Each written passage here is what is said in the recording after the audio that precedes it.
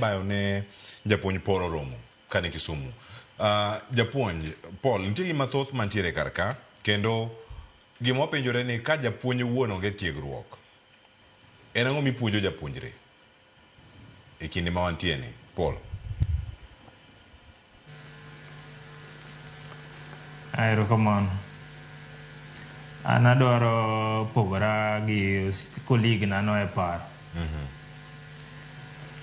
Jopuonje mag sekondari ema nyaka puonje grade 7, grade 8 gi grade 9. Nikech kiyudo ka for example king'iyo integrated science nigi subjects adek. Nitie biology, nitie chemistry, nitie physics. Koro ng'at manotimo biology e university ok onyal bedo nokia chemistry to ok onyal bedo nokia physics.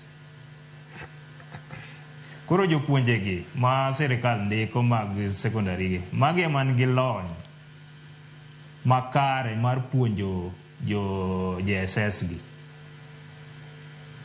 Jo P1 teachers ka ne gibedo trained to teach subjects go te,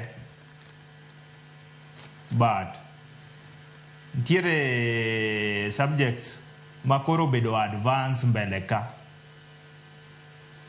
madwaro jomano the graduate mano dhi university somo those subjects mondo puonj those subjects.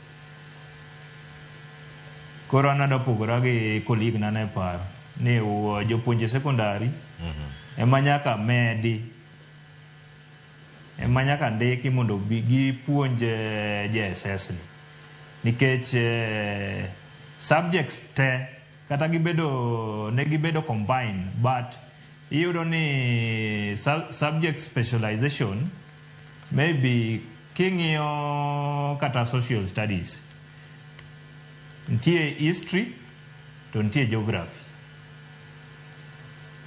Koro nitie jopuonje mag mano graduate university moko specialize on history, moko specialize on geography.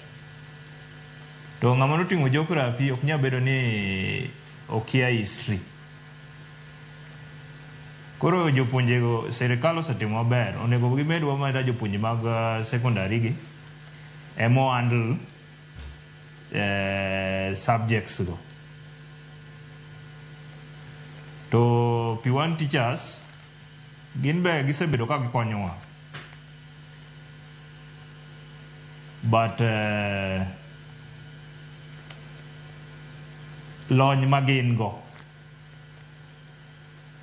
pod tin, ok ginyal handle those JSS subjects maber kaka handle gi.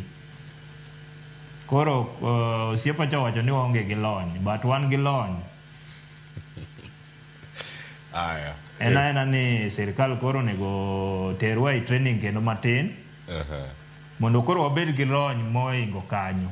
Dong training ema Felix bende wacho karka mane gima pono no onge kosichiwe yo machal nade? Lony wan go, lakini koro training mar koro CBC. Ingeni kan wadhi kwa ne university kwa somo methods of teaching different subjects. Kaka ana somo method of teaching biology. Koro na method of teaching chemistry okasomo.